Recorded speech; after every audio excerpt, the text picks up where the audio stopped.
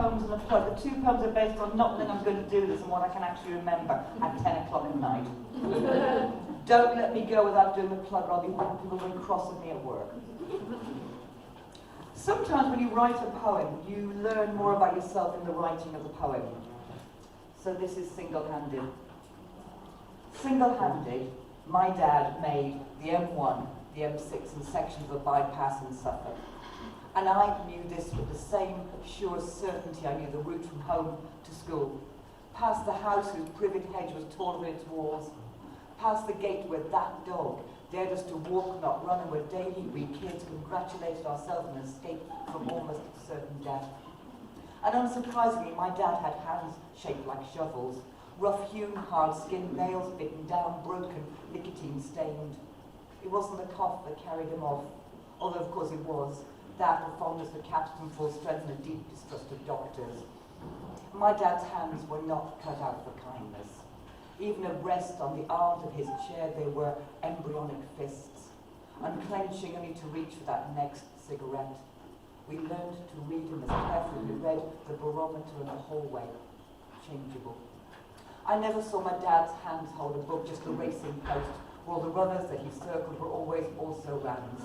That weekly ritual of football pools, biro clenched so tight it threatened to tear the coupon, hope held tight too.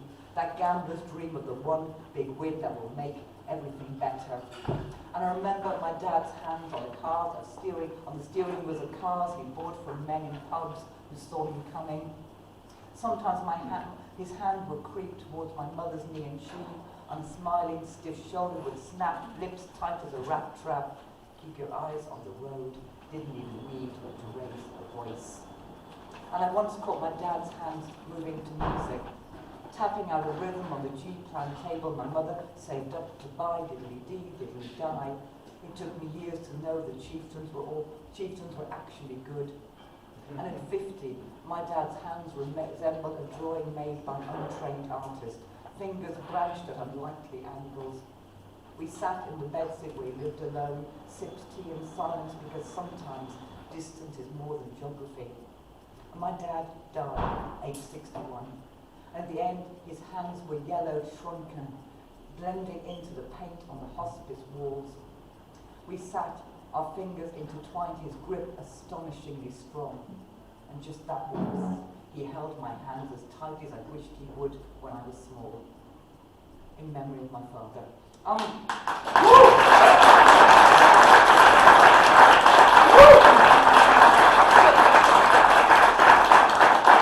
Here's a happy poem about dogs loved parks. The Polish dog is old, a little moth-eaten, shabby around the seam. She resembles nothing more than a much-loved greying bear. And my dogs are small, sometimes overrun by the more robustious prey of bigger beasts, but they enjoy her undemanding company. So sometimes we walk together, the Polish dog, the Polish boy and us. And the Polish boy says she's shy.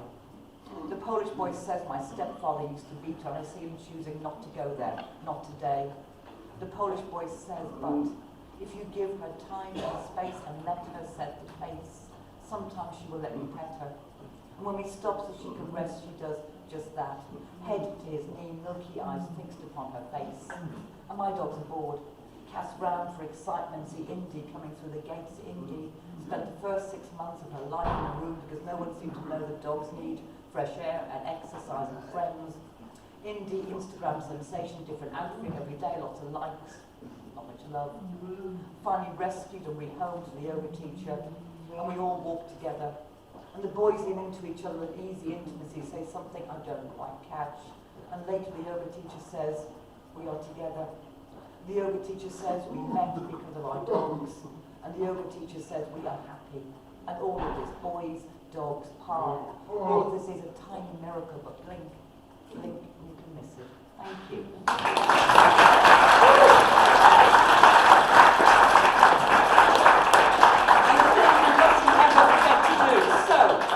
Word, Leicester, Britain's longest running spoken word night, Attenborough Arts.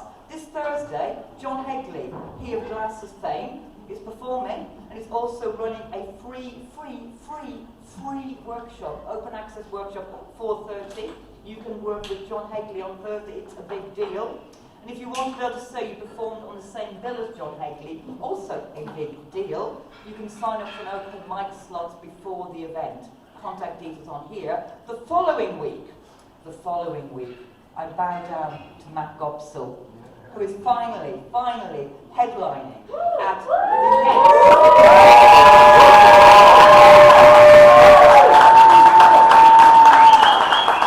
No vodka though, yeah? Oh no, Whiskey only. we're going to keep it dry. So the Thursday, the 2nd, is International Disabled People, a special word event.